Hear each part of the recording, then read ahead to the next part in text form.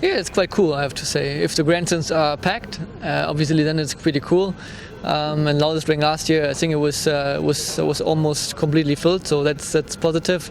And it's always a good feeling if you have a lot of spectators cheering for you, and especially at the start when it's crowded, it's nice. But in the race, obviously, we don't see it. So it's always good to have lots of people there, and hopefully this year we have many of them.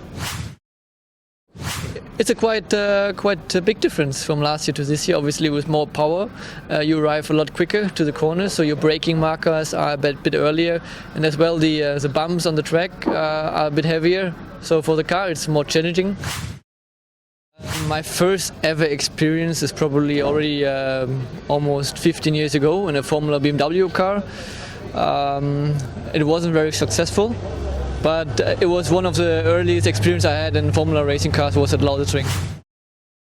I have to be honest, it's not one of my favorite tracks, but in general I have positive memories. In 2017 I celebrated my first DTM podium at Lausitzring, so that's quite positive, but in general I've never been really successful there.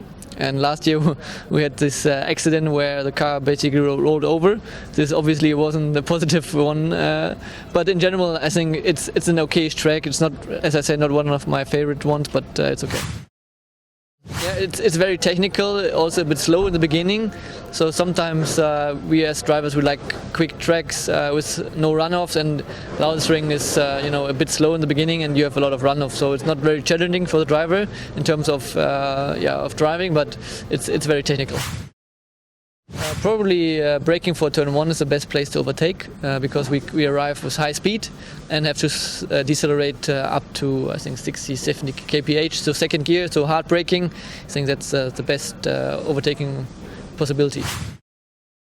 It happened in slow motion basically. From inside you don't feel that you're having a hard impact or hard accident.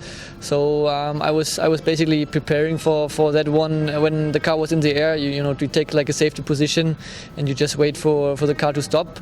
From inside it didn't really hurt or harm me in racing afterwards. So for me it was just an accident like everyone or every accident before, so nothing crazy. I think it looked harder from the outside than it was from the inside.